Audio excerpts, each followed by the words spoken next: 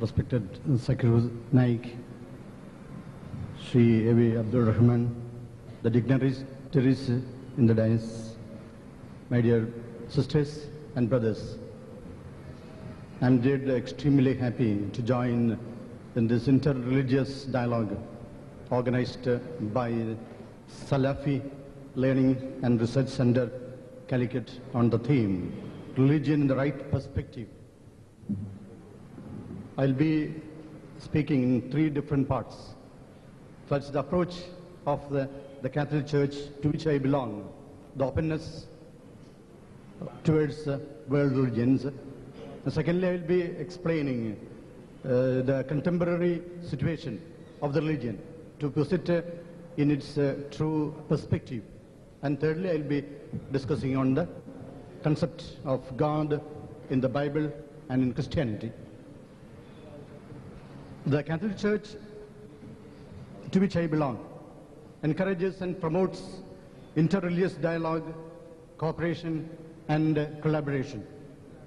The official teaching authority of the Church promulgated a declaration on the relation of the Church to the world religions in the Second Vatican Ecumenical Council held in Rome in 1965, in which the Church opened the new frontiers in the ecumenical and inter-religious dialogue.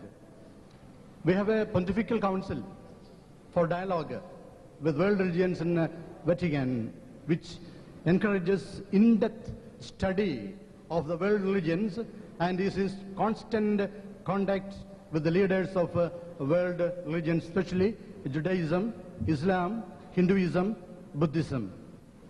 The official declaration on the relation of the Church to the world religions at the very outset explain the origin and the purpose of religion.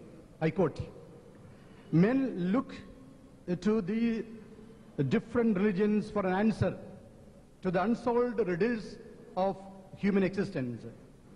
The problems that weigh heavily on the hearts of men and women are the same today and in the ages past. What is man? What is meaning and purpose of life? What is upright behavior? And what is sinful?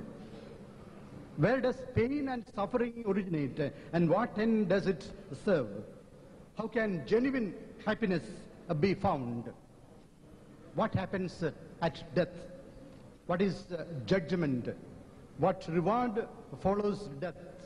And finally, what is the ultimate mystery beyond the human explanation, which embraces our entire existence, from which we take our origin and towards which we tend? The world religions endeavor by way of well-defined concepts and exact language to answer these questions. Then the declaration summarizes the teachings of major world religions, and I would like to pinpoint only on Hinduism and Islam. I quote again, "In Hinduism, men and women, of course, explore the divine mystery and express it both in the limitless riches of myth," and our Swamiji already explained, the Idihasas, Puranas, and accurately defined insights of philosophy, the Vedas, the Upanishads, and so on. Various categories of religions already explained by Swamiji. The followers of Hinduism seek release, moksha, from the trials of this present life by ascetical practices, the yamas, the niyamas, by profound meditation, dhyana, nididhyasana, the jnana marga, and recourse to God in confidence and love, the bhakti marga and the karma marga. The Church has a high regard for the Muslim brethren. They worship God who is one, living and subsistent, merciful and almighty, creator of heaven and earth, who has spoken to men through Nabis, to prophets, Adam, Nuh, Ibrahim, Yaqub, Yusuf, Musa, Dawood, Sulaiman, Yunus, Isa Nabi, Muhammad Nabi, and so on. They strive to submit themselves without reserve to the hidden decrees of God, just as Abraham submitted himself to God's plan, to whose faith Muslims eagerly link their own. Although not acknowledging him as God, they venerate Jesus as a prophet, his virgin mother. They also honor and even at times devotedly invoke. Finally, they wait the day of judgment and reward of God following the resurrection of the dead. For this reason, they highly esteem an upright life and worship God especially by way of prayer, niskara, alms deeds, zakat, and fasting, especially during Ramzan. However, the Ecumenical Council of Bishops held in Rome admits the stand the Church took against Muslims in the bygone times. Over the centuries, many quarrels and dissensions have arisen between Christians and Muslims. The Sacred Council now pleads with all to forget the past and urges that a sincere effort be made to achieve mutual understanding for the benefit of all men and women. Let them together, Christians and Muslims, and all the believers, preserve and promote peace, liberty, social justice, and moral values. And this against this background of openness and respect of the Church towards world religion, I would like to rethink the role of religion in the right perspective. Basically, religion is the expression of the spiritual experience. Every religion evolves out of an intense experience of the encounter between the divine and human. The breakthrough of the divine spirit into human history finds concrete expression through culturally conditioned factors of human creativity.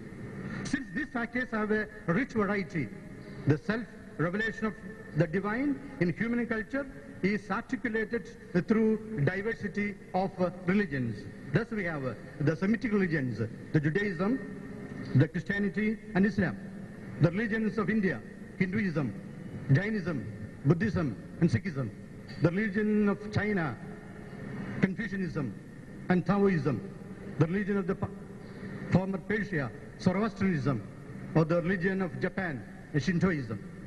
There are basically 4 areas in which the spiritual experience finds its articulation in every religion: the creed, the cult, the code, and the community. There are the channels through which spirituality evolves into religion. In other words, these form the 4 corner pillars of every religion, religious structure built on the foundation of spirituality. The creedal element or the deen or the belief are the points of faith which the believers have to adhere to. Example, in Christianity, the fundamentals of faith and belief in one God who is triune, the divinity of Christ. Christ is the Son of God. The acceptance of the Holy Bible as Word of God, revealed and inspired by God.